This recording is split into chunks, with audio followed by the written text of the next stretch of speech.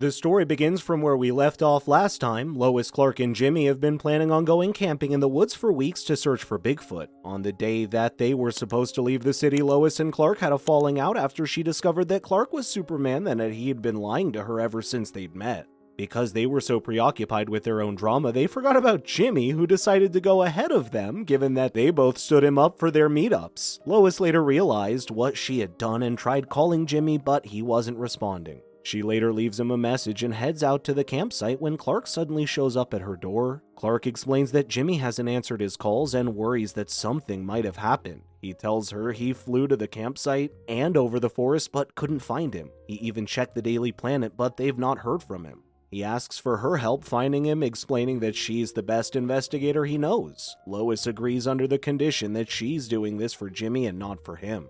They quickly arrived at the woods where Lois goes full-on tracker mode following Jimmy's trail of footsteps. Clark gets curious and asks her how she knows how to track people in the woods. She explains how her father used to take her to wilderness survival weekends as a kid. He taught her how to use a compass, find a path, purify water, and set bones, among other things. Clark claims that he did not know this about her, to which she responds that there will be many things he would never know now. He feels guilty again for lying to her and tries to apologize when they suddenly run into a fenced compound in the middle of the forest. Clark claims he scouted the forest from the air multiple times but never saw this. Lois tried to ring Jimmy's phone again, to which they heard it from the inside of the fence. Lois quickly runs towards the sound through a tear in the fence. When Clark passes through it, he suddenly feels a pain as if he was reacting to something inside, which made him fall to his knees. As he tried to regain himself, he accidentally tapped on the barrier, revealing a giant dome covering the area. Lois later finds Jimmy's phone near the cliff and checks if there are any clues to his whereabouts. Reviewing the footage, Lois and Clark find the events leading to Jimmy's disappearance, which reveals a giant primate they believe to be Bigfoot kidnap him. When they come down the cliff, they find the remains of what looks like a battle with the army, with floating debris everywhere. Clark wonders what this place is. Lois finds a sign that says Cadmus Minefield, which she recognizes from one of the videos. Jimmy has a theory that Cadmus, more known by others as Area 52, has disavowed the government and suspects that there might be UFOs and alien technology hidden somewhere. In one of the videos, Jimmy declares Clark and Lois to be the two most important people in his life, making them guilty for standing him up. Lois wonders if Clark told Jimmy about his secret identity when he was talking about alien conspiracies. Clark admits he's never told him and dismisses the topic altogether. Lois willfully perseveres and continues asking Clark the hard question.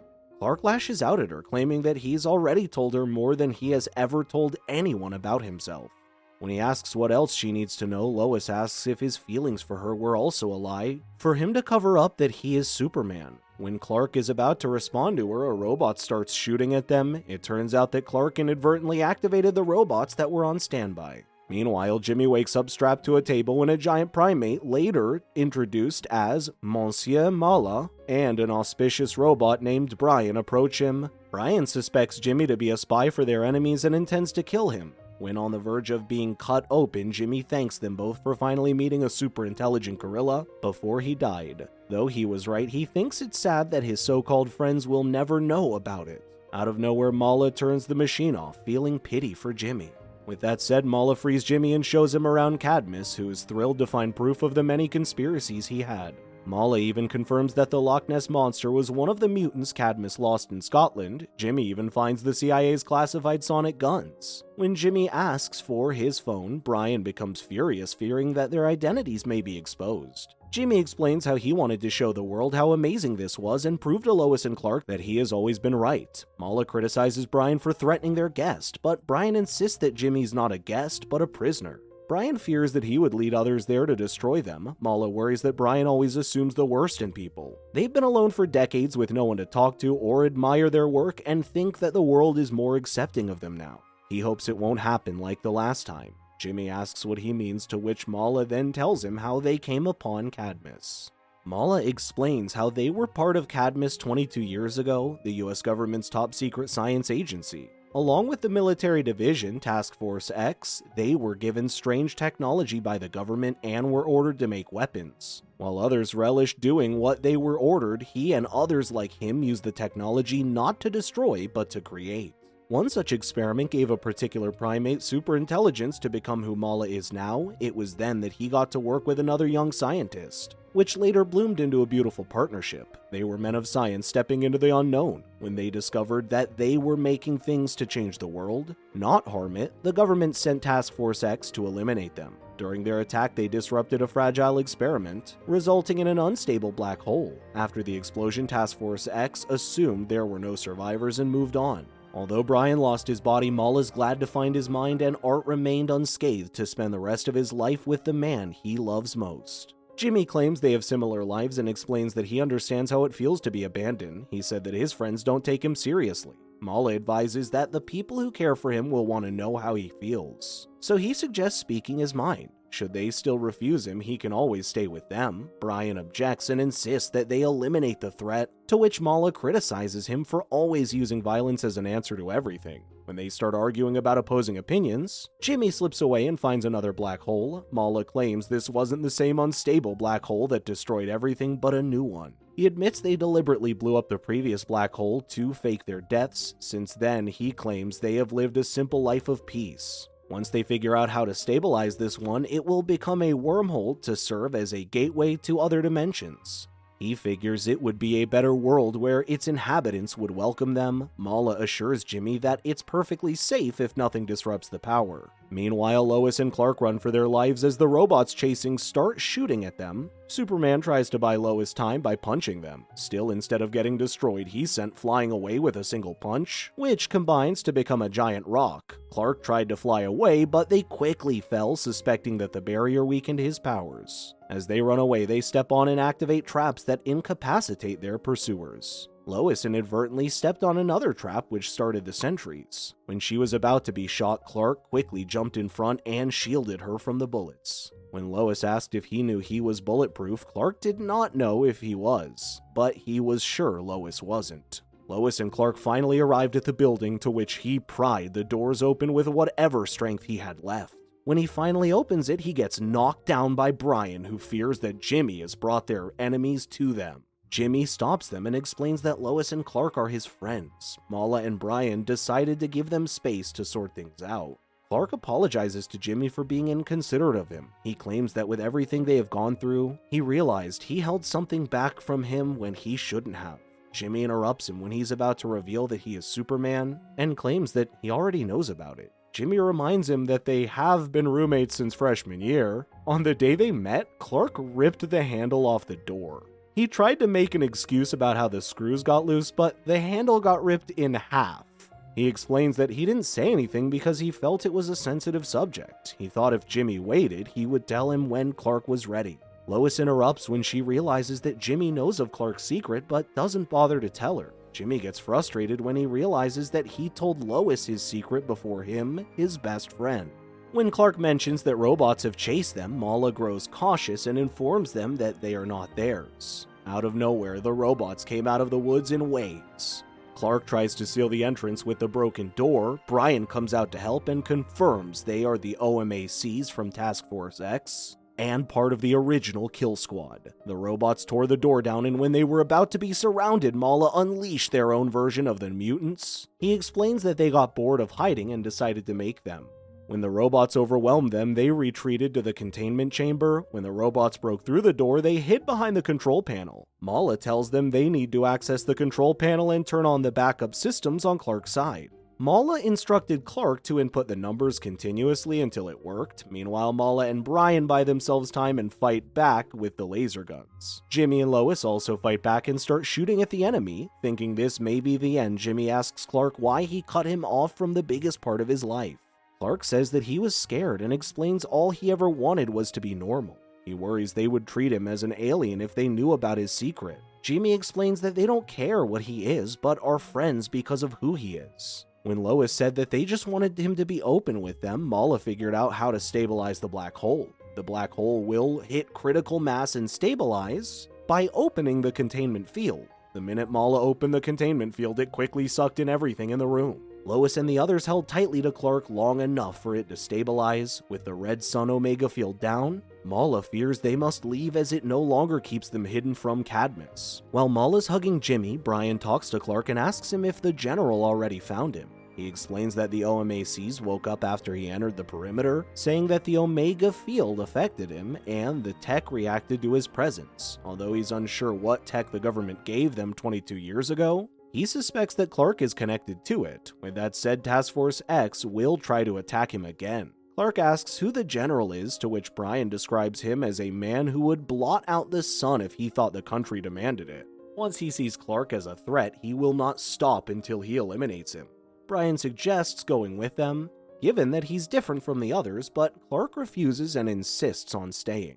Clark strongly believes that this world can be where everyone is accepted and that he needs to be here to help the world make that change together with the people he loves. After saying their goodbyes, Jimmy and Lois ask Mala for an interview should they return to Earth. After Clark and the others left, the general arrives at the empty containment chamber in ruins. After checking the place, the officer explained that it showed signs of recent habitation. The general claims he feels nostalgic seeing it again and explains that this was the first-hand call he had to make. He brings along Dr. Ivo as a captive, the same doctor who created the parasite exosuit, and wonders if he can use the technology to take down Superman. Sharing a common motive, Ivo gladly agrees to his proposition and gets busy planning their attack together, Lois and Jimmy discovering Clark's secret that he is Superman. Clark then brought Lois and Jimmy back to Smallville and unveiled the spaceship that brought him to Earth. He apologizes to Lois again for lying to her, but Lois responds that they can always start over. Clark tells her that he came from outer space but is unaware of which planet or galaxy he came from precisely, and claims that he's still figuring out his powers and what he can do. He then admits that he brought her there because it was away from bad guys, villains, or evil robots that would interrupt him in asking her on a date. Lois smiled, suggesting she agreed. Jimmy returns to the apartment where Clark is spiraling out of control, trying to devise the perfect first date with Lois. He went to chart out the date by plotting a route and timing it, hoping it would become the most romantic evening of her life. His super detailed plan starts with picking up Lois, then heading to the park for when the cherry blossoms bloom. A romantic rooftop view, dinner at Lois's favorite restaurant, and ends with a coffee date. Jimmy thinks Clark is putting too much pressure on it, making a flowchart and all. Clark explains that the date must be perfect, given that Lois deserves it. Clark suddenly remembers that he forgot about the swans taking flight in the park, which he quickly adds to the chart. Jimmy is heard enough and leaves Clark to himself, obsessing and planning the perfect date. He sarcastically tells him to have fun losing his mind and decides to hang out at Lois's where it's normal. When Jimmy arrives at Lois's, he finds her spiraling too. Who is working on a big chart, Lois claims Jimmy has arrived just in time for she's already figured out the perfect gift for Clark. Jimmy wonders what a collection of crazed notes written on loose-leaf paper is connected to the present. She explains that this is Clark's past, she's already started her research, and assures him she will be ready to meet Clark 10 minutes early. She claims she has perfectly thought of everything, and walks away when she suddenly notices she's only wearing sweatpants. She walks upstairs frustrated for leaving her dress at the dry cleaners. She worries that she'll be late for their date as they hurriedly run to the cleaners. Meanwhile, Clark is finally finished and is exceptionally contented with his extensive date plan for tonight when someone is suddenly at his door. When he checked who it was, a weird small blue guy appeared before him and introduced himself as Mr. Mixyapitlik, an interdimensional peacekeeper. He claims he needs his help, but Clark immediately refuses. Mr. Mix gets inside his apartment and explains that he's charged with the safety of the multiverse and insists that he change into Superman. He explains that Lois Lane is in danger after a ruthless gang of interdimensional criminals kidnaps her. Clark quickly changes into Superman and demands to know where they are. Mr. Mix claims he knows where they are hiding, but something prevents him from partling inside. He asks Superman to break through their security, to which Superman is determined to do anything it takes to save Lois. Superman drops his phone, to which Jimmy texted that Lois was running late and that he was with him. Jimmy worries that Clark isn't responding to what Lois finds convenient as it gives her enough time to change. Out of nowhere, a portal opens and armored men demand that she and Jimmy go with them. When Lois asks who they are, their leader unmasks his helmet to reveal she, too, is Lois Lane of another universe. The others also showed themselves to be Lois Lanes of other dimensions and told them that they were from the League of Lois Lanes and that their Clark Kent was in danger. Jimmy and Lois arrive at the League's base, which turns out to be the flagship of the interdimensional peacekeeping force of the League. The leader then explains that Lois Prime founded the League, which was said to be the first Lois to discover the multiverse. She tells them they protect the dimension and recruit only the best Loises to help. One of the Loises claims it usually happens after receiving their first Pulitzer Award, around their 21st birthday, but Lois claims that she's already 23 years old. Jimmy noticed one of them didn't look like Lois, so when he asked who she was, she revealed to be Jelana Olsen, the alternate Jimmy of her dimension. The leader reveals that many Olsens have also been members of the League. Having revealed all that, the leader goes to the main issue. She explains that they are dealing with Mr. Mix, who calls himself the Chaos God. Although they managed to disarm him, and as they were about to take him in, a portal opened to their universe to which he escaped. It was later revealed that when Mala and Brain activated the gateway, it also opened the portal that Mr. Mixia Spitlick used to run. When Jimmy asks what they need him to do, one of the Loises revealed that their Clark is helping him. One of Lois's pulls a strand of Lois's hair for analysis. She explains that the scanner analyzes her dimension's tachyons, which they will then use to find her Clark. Out of nowhere, one of the Loises warns her that they have no idea what they're dealing with when the leader stops her and insists it is not the right time to talk about it. When Jimmy tries to open a door, the leader stops him and tells him that they are welcome anywhere but there, who then proceeds to lock the door. Mr. Mix and Superman arrive at what he claims is the kidnapper's lair. Superman quickly rips the door open. Out of nowhere, he gets rammed by the guard dog. They promptly enter the room filled with artifacts and weapons. Superman wondered if they were robbing the place. He later realizes that Lois was never in danger, and that he was tricked into breaking into this place. Superman quickly blocks the entrance and stops him from escaping. He demands Mr. Mix return the recorder he took so he could turn him over to the proper authorities so that he and Lois could go on their date. Out of nowhere, Mr. Mix passes out while trying to convince Superman, to which he was only tricking him into getting outside so he can portal them out. Back on the ship, Jimmy claims that it is time to get footage for his Flamebird podcast, describing this episode as about the multiverse. Jelana is shocked to find Jimmy is a Flamebird, as she claims to have never met one across all versions of the Olsens in the multiverse. Engrossed in the discussion, Jelana quickly tells him how she met a telepathic horse. It turns out that Jimmy was distracting the League while Lois breaks into the restricted room.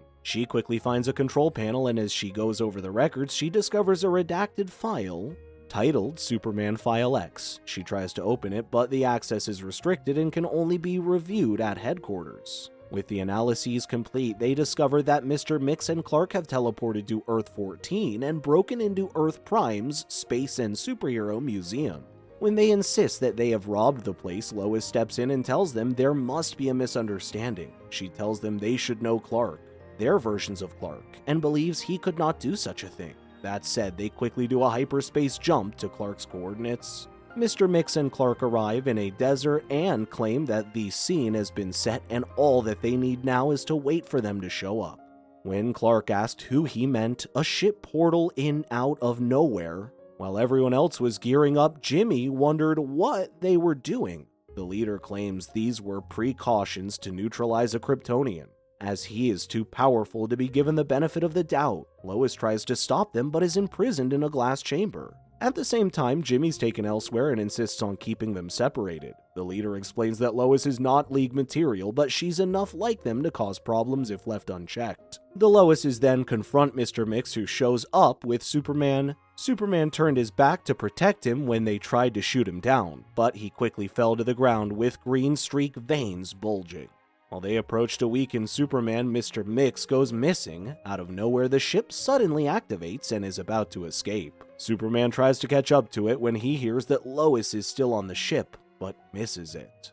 When Mr. Mix thinks that he has finally escaped them, Lois appears behind and holds him at gunpoint, demanding to turn the ship around. When she heard that the ship was headed for headquarters, she wondered if Mr. Mix knew where it was. He explained he didn't, hence why he stole Lois Prime's recorder. He suddenly noticed that she was no longer trying to stop him. Lois explains that the Loises are trying to hide something from her about Superman, and she's curious about it, so she goes along with his plan. When he realizes that Lois is suspicious of the others, Mr. Mixia Spitlick claims that she thinks like Lois Prime, given that she didn't trust them as well, hence that's why she had kept a secret backup master key in the recorder. Mr. Mix and Lois finally arrive at headquarters. He admits that he knows more about Clark than her, but refuses to tell her as he feels it would be more fun to let her find out about the truth. Lois later obtains the record of the missing file on Superman. At the same time, Mr. Mix uses the key to open a door that opens a weapons cache. He quickly grabs a top hat that turns into a crown when he puts it on. Clark and the others finally arrive, but are too late as Mr. Mix has recovered most of his illusion powers. Superman quickly runs to Lois and both apologize to each other for ruining their date. He claims all he wanted was for it to be perfect and a normal date. While they share what each likes about each other, they eventually have their first kiss while the others are engaged in combat in the background. The Loises struggle to defeat Mr. Mix, who continues to create illusions that fire at them. With that said, Lois claims she has a plan. Superman quickly confronts Mr. Mix and chases after him, but he lures him into a trap and shoots him down. As Mr. Mix starts lording over him, Lois grabs the hat using the portal and Jimmy quickly jumps to pin him down. With Mr. Mix apprehended and the hat destroyed, the leader turns around to find Superman and the others have disappeared. Jelana claims that they managed to steal a gauntlet to escape during the commotion.